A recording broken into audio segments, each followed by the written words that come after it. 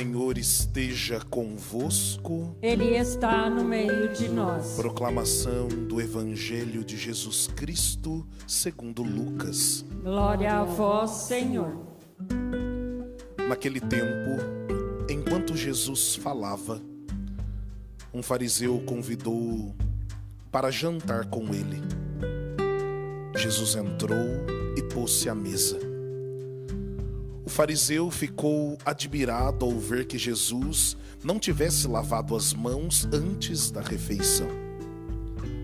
O Senhor disse ao fariseu: Vós, fariseus, limpais o copo e o prato por fora, mas o vosso interior está cheio de roubos e maldades. Insensatos! Aquele que fez o exterior não fez também o interior? Antes, dai esmola do que vós possuís, e tudo ficará puro para vós. Palavra da salvação. Glória a vós, Senhor.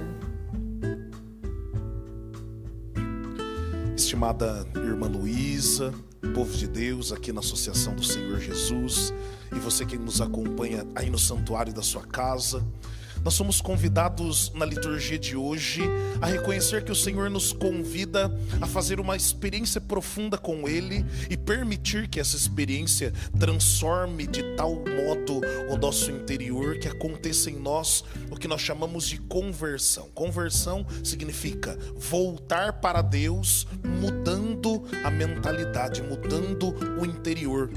Lembra que a conversão é um movimento de dentro para fora. O interior que se encontra com Jesus é renovado. Isso é refletido então no exterior. Porque uma conversão apenas de aparência, uma conversão apenas externalizada é farisaísmo. Não é sincera. Mas à medida em que no encontro com o Senhor nós desejamos ardentemente ter por Ele a vida transformada, esse movimento de dentro para fora vai transformando de tal modo a nossa vida que nós vamos nos submetendo à vontade do Senhor, que nós vamos permitindo que o Evangelho transforme a nossa vida. Acredite nisso. A palavra de Deus tem poder para transformar o teu coração. O santo que nós estamos celebrando hoje, Santo Inácio de Antioquia, era um pagão que nem conhecia a Jesus. Mas um dia, ali na região onde ele morava, na Síria, São João Evangelista passou por lá e começou a pregar. E ele ficou encantado com a pregação de São João, se torna cristão, batiza, depois se torna bispo e é martirizado no ano 107, se entregando ao martírio como o seu Senhor, que ele amou por causa do Evangelho. Perceba que o Evangelho tem esse poder de tocar tão profundamente o nosso coração, de fazer novas todas as coisas em nós, assim como o fez em Santo Inácio de Antioquia, assim como fez em tantos discípulos. Jesus quer realizar o mesmo hoje conosco.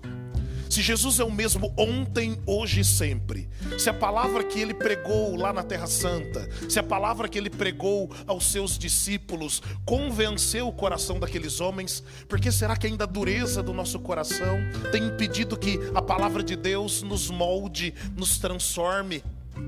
Paulo, na primeira leitura, diz: o Evangelho tem uma força salvadora, mas ele também diz: por outro lado, a ira de Deus vem sobre a iniquidade. Se nós não abrirmos o nosso coração para o Evangelho, se nós não permitirmos que a palavra de Deus seja de fato lâmpada para os nossos pés, luz para o nosso caminho, nós vamos experimentar a ira de Deus. Na aparição em La Salette, Nossa Senhora diz: convertei, eis que eu estou segurando a mão irada do meu filho que quer pesar sobre vocês. Então, ao mesmo tempo que nós temos a força salvadora do Evangelho, nós devemos reconhecer que existe um Deus que se incomoda com o pecado. Ama sim o pecador, é misericordioso sim, é amoroso sim, mas nós precisamos reconhecer que o pecado o fere diretamente. O Salmo 50 diz: Senhor, foi contra vós que eu pequei. Lembra que Davi tinha cometido adultério com Betsabeia. mandou matar Urias, e ele não diz: Senhor, o meu pecado foi contra Urias, Senhor, o meu pecado foi contra Betsabeia. Ele diz: Senhor, o meu pecado foi contra ti. Grava isso no seu coração. O nosso pecado fere diretamente o coração de Deus.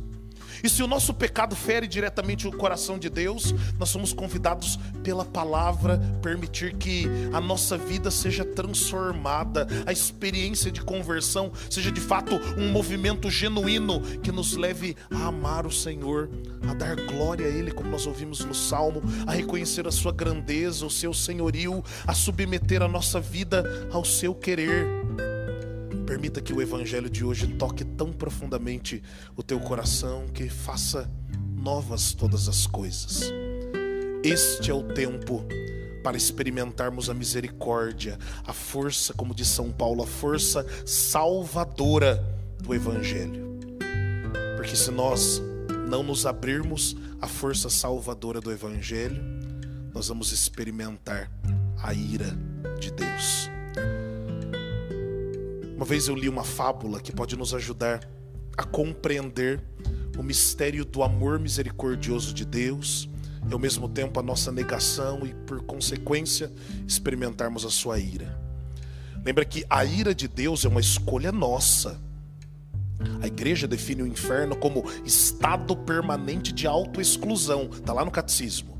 É a alma que se exclui da salvação gratuitamente oferecida a cada um de nós. Lembra que a graça é de graça, mas tem um preço alto, a nossa conversão.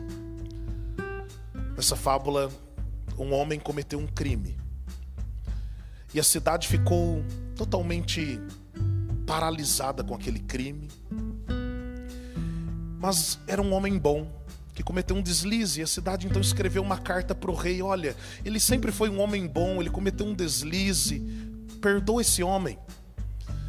Então o rei pediu para o seu filho: vai lá na cadeia, se veste de monge e tenta pregar o evangelho para ele. Se ele escutar o evangelho, você tira do seu bolso o meu induto, a carta de perdão, dizendo que ele está perdoado. O filho do rei então foi até lá, à prisão, e falou: posso pregar o evangelho para você? E o homem disse: não, sai daqui, eu já estou condenado à morte mesmo, eu não quero escutar nada, eu não quero escutar palavra nenhuma, vai embora daqui.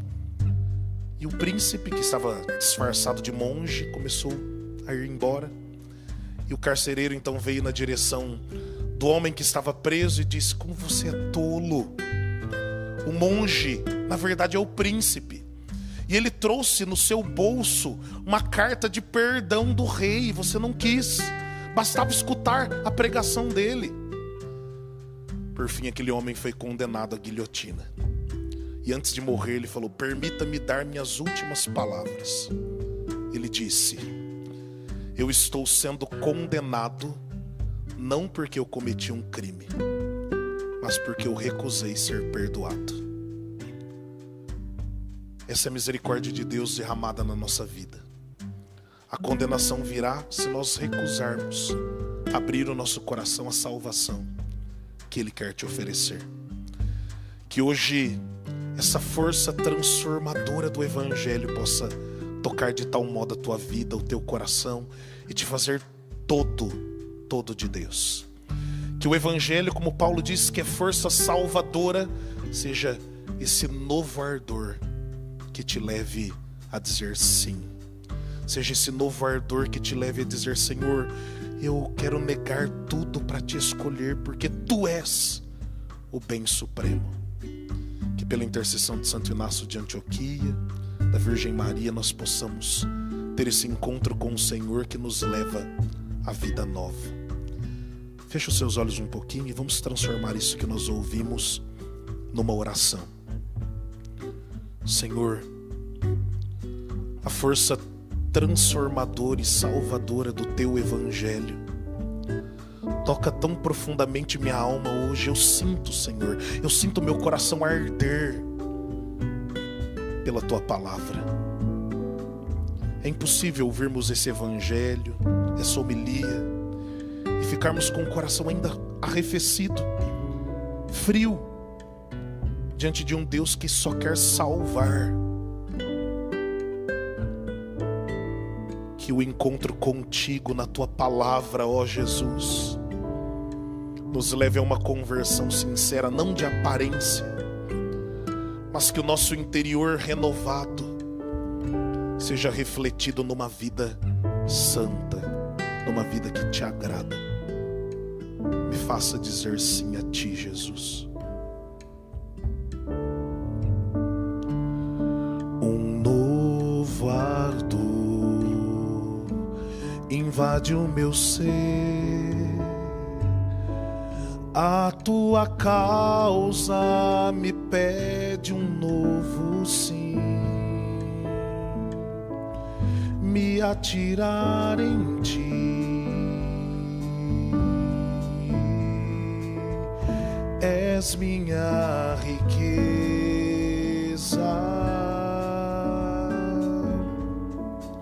meu gozo e meu prazer.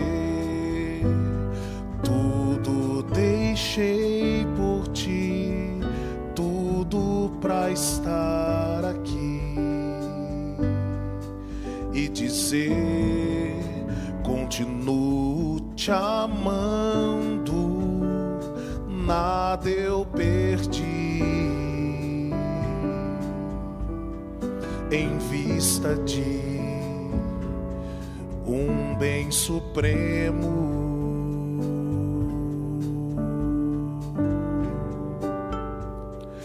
És tu, Jesus, presença esquecida, escondida no altar, que venho adorar. És tu, Jesus, porção dos eleitos, a quem me dou inteiro, somente para amar.